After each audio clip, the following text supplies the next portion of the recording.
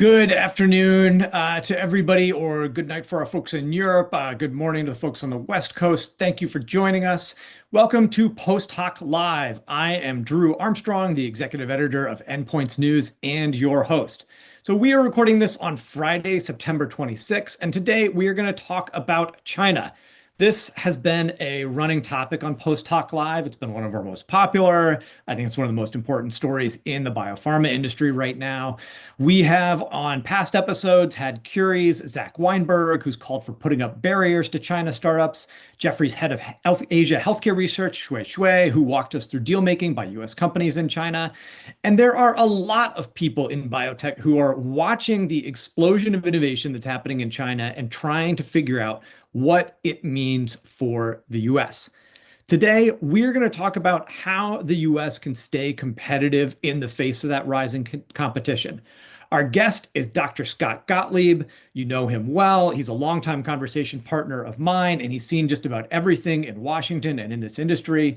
He's led the FDA. He's worked in multiple Republican administrations, been at the think tank AEI, and he now serves as an investor at NEA and sits on boards including Pfizer and Illumina. Now, if you are joining us for the first time, hello and welcome. Post Hoc Live brings you the reporting, the analysis, and the debate that usually happens behind the scenes in our newsroom live to you. If you're joining us on YouTube and you're not already following us, please hit that little subscribe button below our feed to get alerts about future live streams. You can also sign up for the Post Hoc email on your Endpoints News subscription page. Scott, welcome to the show. Thank you so much for joining us. And for our audience, if you're on YouTube today with us, you can use the live chat to join the conversation, ask us questions. Our producer will pass those along to me, and if we get great ones, I will use them.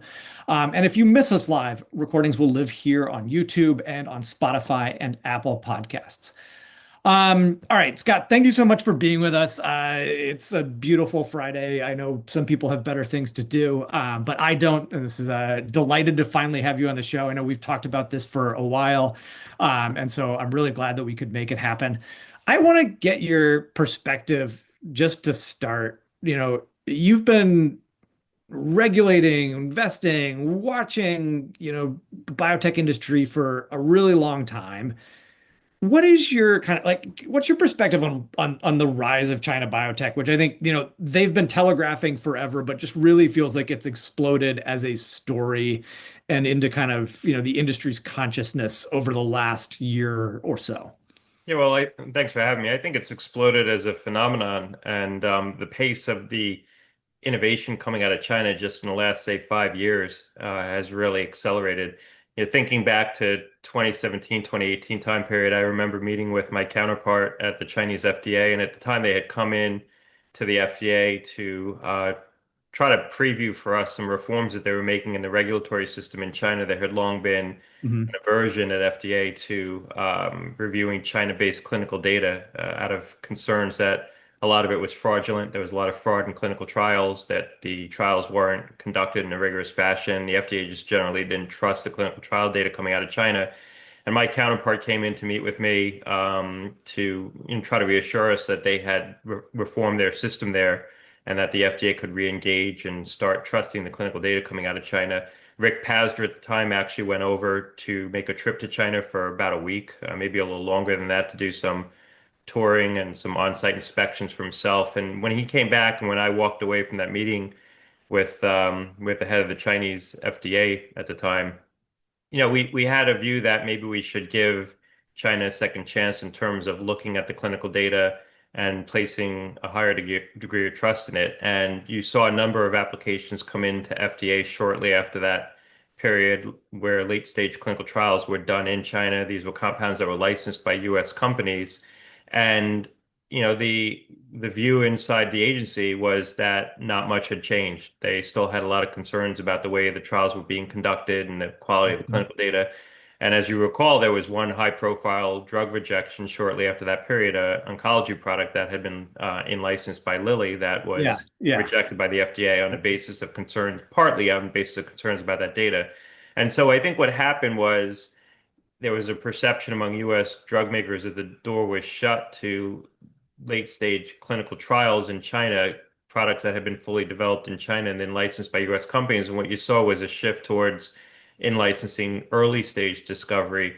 And what's happened in, the last 5, 6 years in China is the pace of discovery there has really exploded. Their ability to be fast followers when new biological targets are discovered in the US, or to develop slightly better iterations on molecules and cell therapies discovered here in this country. And I think the final point here, I think what's really been um, sort of jarring in a way is their ability not just to develop small molecule drugs, which is where a lot of the expertise always was, because after all, we outsourced a lot of the pharmacology work to China. But now the innovation you're seeing coming out in bispecific antibodies, cell therapies, gene therapies, where they're not just matching US technology, but in many cases eclipsing it. And there's a lot of reasons for that I'm sure we'll get into, but I think that's really been really eye-opening in the last, several years. Can I ask you about let's go back for a second to the kind of data quality and data trust issue, because this is something that I think still comes up a lot. And I think as a regulator, as a former regulator, you have a very, privileged position on this. Do you have a view on whether, our ability to kind of trust the quality of the data that's coming out of there, whether it relates to startups or to trial data, has that changed and evolved? I mean, I know they made a really big push to say we're trying to do better here, but it seems like it's something that still really persists. And there's a lot of people who say, you can't trust this stuff. There's going to be a lot of fraud and so on and so forth. And I want to get your view on that. Yeah, I don't think it needs to change for China to continue to rise as a competitive threat to the US biotech ecosystem, because what's happening now, two things are happening. One is that they're licensing earlier stage compounds, so compounds that have completed phase 1 or phase 2 clinical trials, and then the pivotal studies are being done here in the US and Europe, and they're controlled by the American-based drug makers and European-based drug makers that are licensing these compounds. And so, to the extent that there's concern around data quality in pivotal studies, and I think that's likely to persist, pivotal studies done in China, Maybe it you doesn't don't matter. need to do Yeah. the pivotal studies in China. In fact, you can't do the pivotal studies in China. The FDA wants to see US-based data. So when drug companies, are licensing compounds, is typically earlier stage compounds with the full, knowledge that they're going to have to replicate either replicate late stage clinical trials that have been done already in China, or just do them de novo in instances where they haven't completed later stage clinical studies. And so the quality of the data issue, because of the way the ecosystem's evolved, isn't operative. The other thing that's happening now that we need to keep an eye on is, I think that there was an imperative for Chinese-based biotech companies to ultimately license their compounds to US-based drug makers because they couldn't raise the capital to advance compounds into late-stage development. But what you're seeing right now is a very hot biotech market in Hong Kong, and you're seeing more and more Chinese-based biotech companies raising relatively large sums of capital to be able to fully develop compounds. And so I think they're still going to have to license away the US rights,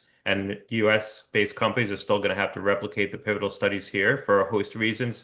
The quality of the data, the trust in the data is one reason. The other reason is because the background, sort of pathology of Chinese-based patients versus US-based patients, particularly in oncology, is very different. But I think what you're going to see is more Chinese biotech companies fully developing compounds, running global clinical trials, maintaining rights to those compounds, globally, or at least in China, and then just licensing away the US rights now that they have capital markets where they're able to raise that Yeah, capital I, there. I think that's such an important point right now, because like we're starting to really see that capital return cycle pick up there. And we've covered a couple of really big, private financing rounds that have happened in China when, yeah, exactly. A year ago, people were talking about like, hey, they had to license this stuff because they couldn't get money in, inside China from the private markets there. And that does seem to be shifting. And I will also say I won't say the company, but I do think you bring up a really important point about them starting to kind of look outside China in terms of markets. I think everybody right now looks at these companies as a source of innovation they can go and license, and I don't, know how prepared people are for when they start being competitors in some of their markets, and I think that's going to be a really, really different dynamic. But I want to go back to another thing that you said in particular, which was, you know, I it feels like there's been this really rapid evolution or even reality check that like, I felt like I was having conversations a year ago where it was like, well, yeah, they're doing a lot of stuff, but it's only, me too, small molecule chemistry.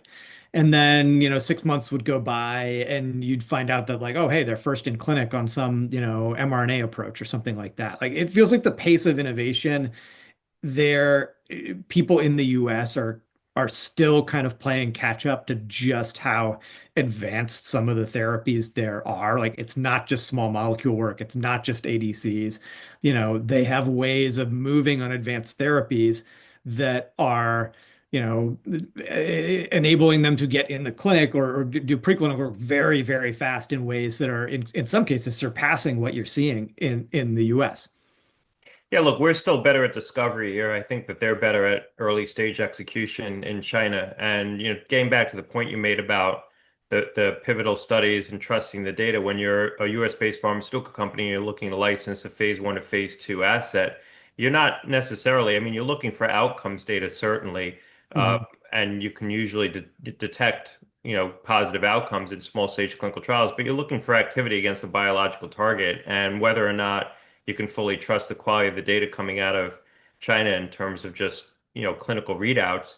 From a phase one or phase two study, you can probably glean enough to have a sufficient amount of confidence in the product to make a licensing decision. And so the issue of the integrity of the clinical trials isn't as operative when you're licensing compounds Uh, at that stage. And if you look at China, I've looked closely at the CAR-T market and working on a book on the history of the development of CAR-T right now, and they are surpassing us and surpassing Europe in the ability to advance novel CAR-T formulations. They developed the first CRISPR CAR-T that they put into humans.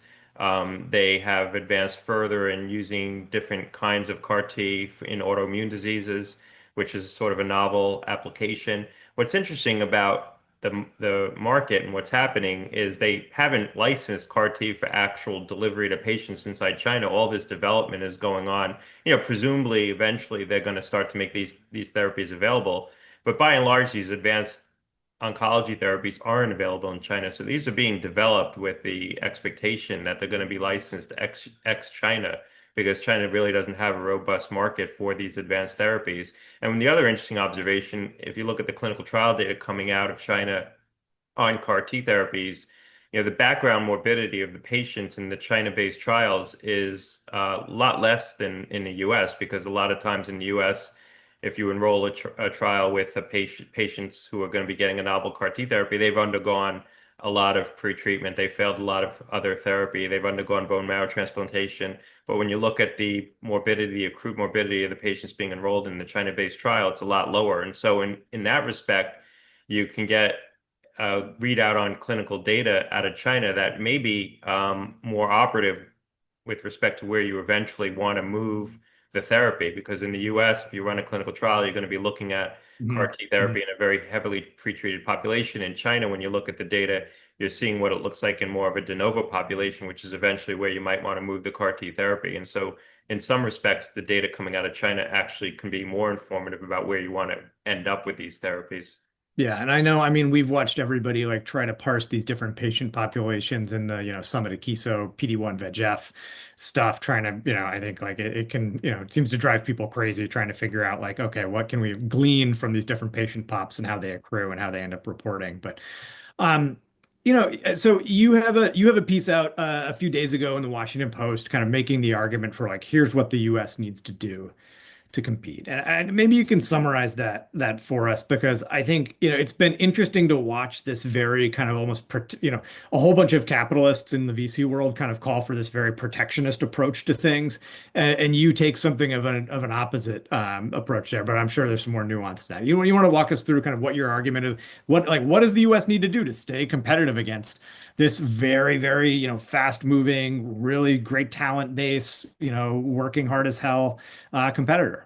Yeah, well, I think in a nutshell, it's to try to reform the regulatory practices around early stage clinical trials, and so that you can move compounds into phase one clinical trials or even phase zero clinical trials in the US to get evidence of activity and be able to iterate in the same way China is able to do. I think part of their advantage in execution I talked about earlier is their ability to move compounds into early stage clinical trials. Now, that said, they don't have all the same patient protections that we do here in the US. There's things that we wouldn't be willing to forego in terms of what we're doing to make sure patients are safe when they're entering phase 1 clinical trials. But there's a lot that I think we can do while still maintaining the safety and the rigor of that process to make it more seamless. A lot, as you know, a lot of early compounds now are getting hung up in preclinical review behind the toxicologists at FDA for extended periods of time. And we're seeing more and more companies take those phase 1 trials to Australia for that reason. Now,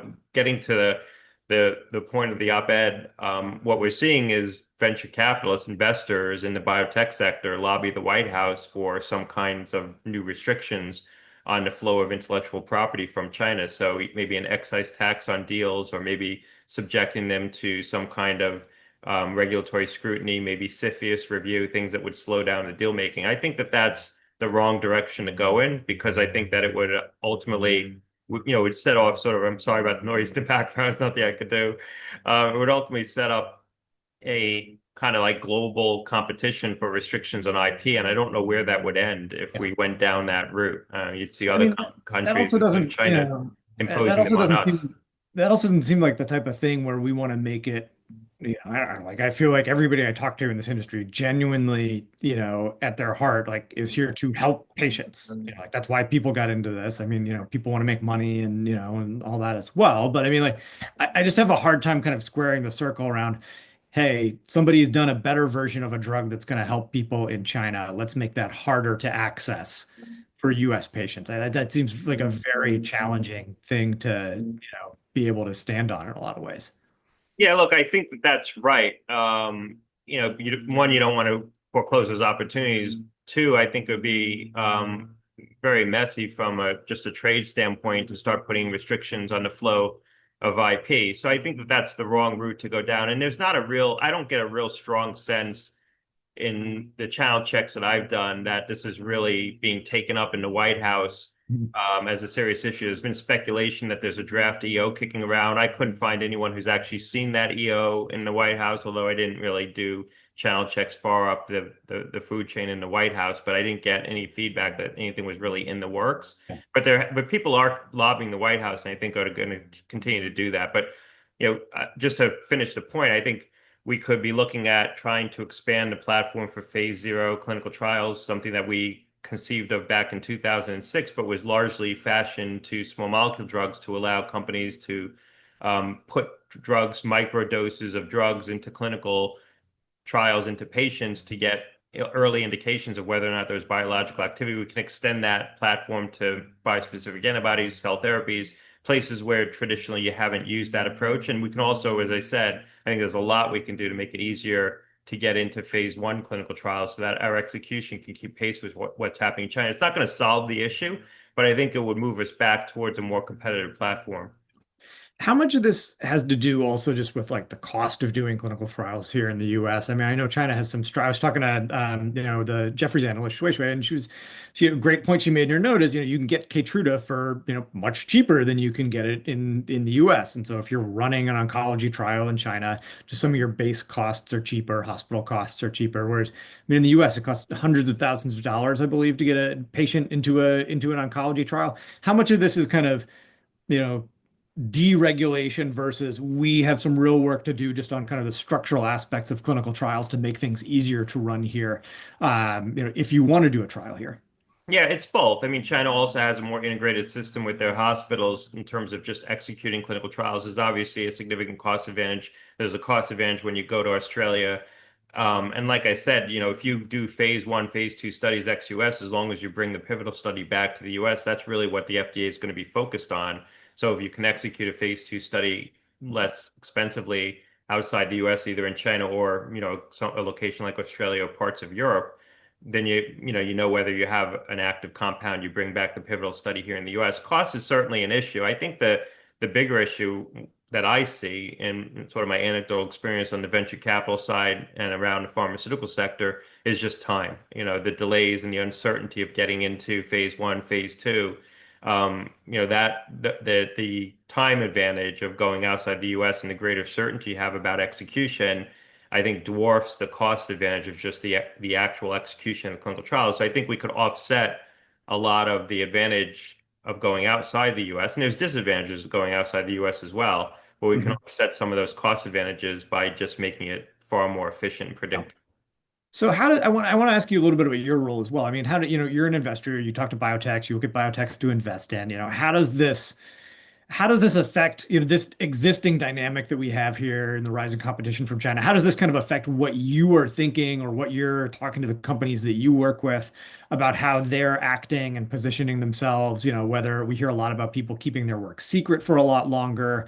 Hear a lot about, this strategy, and we've seen it tons and tons of times of rolling up China assets, which seems almost like a bridge that we're seeing right now. What's happening in your world as a VC? Well, I think it's all those things. I mean, I've certainly seen situations where you might have a biotech company with a portfolio, and then you look to China to maybe license one or two additional molecules to sort of build out the portfolio. And so that's certainly going on. But the bigger issue that I see going on is that when we're pitched a novel discovery program, the first thing we do is scour the clinical trials going on in China to see if there is analogous programs underway in China. And I can tell you there's been situations where we've seen attractive molecules, and then when we look at the activity in China, we see there's three or four competitive programs that, Mhm. aren't on the radar of the US drug makers. Maybe they were on the radar of the company that was presenting it to us. But and then you back away from the investment because Right. you never know who's going to license those compounds, how quickly they can advance. And I've seen situations where there were attractive discovery programs that ultimately, you turned away from. There were probably a host of reasons, but the fact that there were competitive molecules in China was certainly a prominent reason. And I think that that's sort of furtive. I don't think it's that apparent maybe to companies that are pitching venture capitalists, but you need to know that VCs are now doing that, I think, across the board. And if you have competition in China, you're going to have to address that head on and why that's not going to be the threat that maybe investors might think and maybe might overestimate. And so I think you need to address that head on. Do you think that, I mean, is this a transitional period that we're in where there's this kind of arbitrage opportunity that people are pursuing and eventually, prices of China assets are going to come up and then we'll see, companies figure out how to do more of this early stage work in China and take advantage of some of the speed there. I mean, are we just kind of in a weird moment for a few years that's probably going to have some collateral damage in the startup world? Or do you see this as kind of permanently disruptive if we I don't think change things? Yeah, I see it as permanently disruptive because I think if you think that this is just a transition period, I'm not saying you think that, but if you accept that idea, then what you're accepting is a sort of static picture of the US versus China biotech relationship, that the advantage here really is on the execution and the cost advantage. But I think the advantage increasingly is on the quality of the work and the discovery. Where you're seeing China be able to not just iterate based on US discoveries, but now starting to make some de novo breakthroughs of their own, not just in iterating these platforms, but also in discovering novel biological targets. And if that's the case, if they're able to evolve their own discovery engine as quickly as they seem to have been able to do it, they're going to be a, innovation powerhouse in their own right from soup to nuts. And then they become much more of a competitive threat for the US based biotech ecosystem, which has really led the world for Yeah. decades. Yeah, and I mean, and I always try to put myself in the shoes of, if I was covering batteries or electric cars, or solar panels, 10 years ago. And, I think we've all seen kind of what's happened with those industries, especially in cases where we, turn away from them or take them for granted or don't move quickly enough.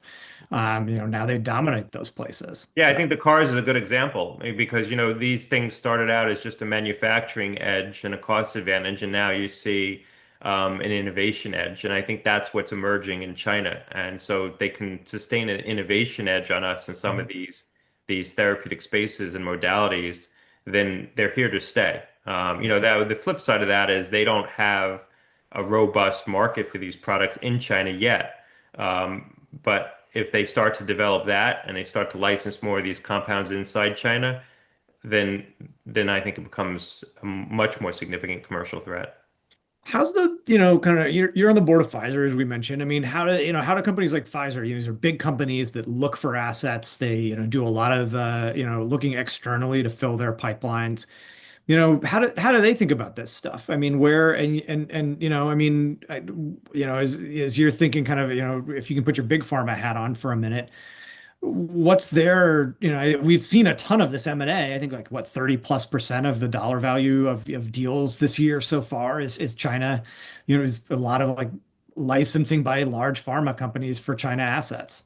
Yeah, look, I think this is much more visceral for the biotech ecosystem and the venture capital community that supports that innovation. I think from a large pharma standpoint, and the New York Times article of several weeks ago, I think was a little bit misplaced in terms of how it looked at this threat, if you will, because it kind of ascribed the angst to the big pharma companies and the large drug makers. And I don't think that that's where this angst is emanating. It's certainly not where the conversation's happening with the White House.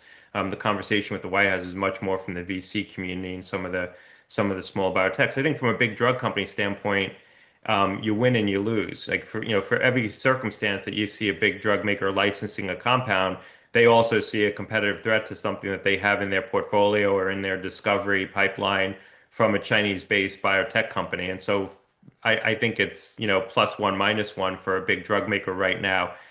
If there were some restrictions put into place, for example, sure, they might not be able to source some of the innovation they've been doing from China recently, if new restrictions were put in place, but also they'd face less of a threat to their inline products and their pipeline from China. So I think that they're kind of, I don't want to say agnostic, but less worked up about this right now. And maybe that's naive. Maybe they should be more Yeah. concerned about it. But I don't get a palpable anxiety from the big drug makers in the way I do from the biotech industry. I think this is a existential threat to the biotech industry. I think for the big drug companies, you know, they can win and they can lose on this. And if it all went away, they would just continue to doing business the way they've been doing business.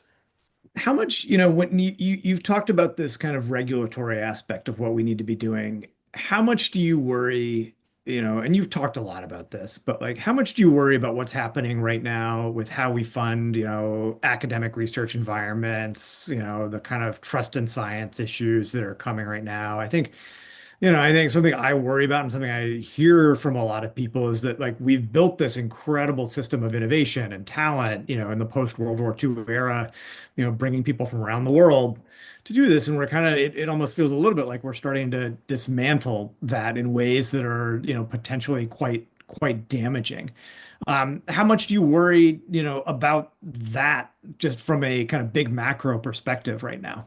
Yeah, look, I think that there's an erosion of that biopharmaceutical ecosystem. I don't think that we're going to see NIH cuts. I don't think the administration is going to sequester NIH funding or do a pocket rescission within any of the NIH money. Congress clearly isn't going to scale back the scope of spending on the NIH, and so the administration is going to have to spend the appropriated money. Could we see some reforms down the road to how indirect costs are calculated and other things like that? I think certainly we could, and we probably should. There probably should be some reforms to how NIH disperses money to make sure it's going towards research and small researchers and more risk-taking in the academic sector. I question the ability to actually implement those reforms right now, but I don't think there's going to be anything that fundamentally alters the federal support we've seen for the ecosystem. I think where I worry more about things that could kind of derail the American project in biotech more quickly is on restrictions in terms of bringing talent into the U.S. Because as we know, a lot of the talent that underpins this industry are people from outside the U.S. who either trained here or come here for the opportunities. The flight of talent from the US, we've seen there's been some obviously high profile departures from academic institutions to foreign countries. I think the high profile ones capture people's attention, but the pervasiveness of that is much greater than the headlines that we see around a few high profile researchers here and there, and also anything that fundamentally disrupts the capital markets in this sector. And there are a lot of policies being discussed, some being implemented, that I think are headwinds to the biotech industry and the pharmaceutical sector right now. So far, nothing's really kind of thrown it off a cliff or derailed what is, kind of an emerging bull market in biotech. Maybe that's overstated. It's not quite a bull market yet, but you're seeing a Yeah, resurgence. I haven't heard Yeah, anybody call this a bull market. you're seeing a kindling, if you will, from a deep thaw or deep freeze. Um, but if you had more policy headwinds that derailed that, and you didn't see continued buoyancy in those markets, I think that could also substantially impact the biotech sector. And that could be protracted if it's policy driven. It could be protracted. An FDA that's much less predictable, not able to advance compounds through the mid stages of development, which I think is what's taking shape right now, and other kinds of restrictions on pricing that could throw this off a cliff. Well, listen, I wanted to have you on the show for a long time, and thank you for joining us. We'll be talking more about China in the future. And Scott, a big thanks to you and to our audience for joining us today on Post Talk Live. We'll be following all these topics closely as always, and you can keep up with our coverage at endpoints.news or subscribing to our newsletters. The recording of this conversation is on YouTube, and the audio will be up on Spotify and Apple Podcasts later. If you've already signed up for our Post Hoc newsletter, you'll get notifications when we have a new broadcast coming up. If you are not signed up, you should be. Head over to endpoints.news. Then in the top right-hand corner, hit the reader profile link, then preferences, then click to activate Post Hoc. You can also follow us on X, LinkedIn, YouTube, Spotify, and Apple Podcast, and Blue Sky by searching for Endpoints News. Huge thank you to our producer, Nicole Wetzman, and our engineer, Dalen Turk. I'm Drew Armstrong for Post Talk Live, and we will see you the next time news breaks.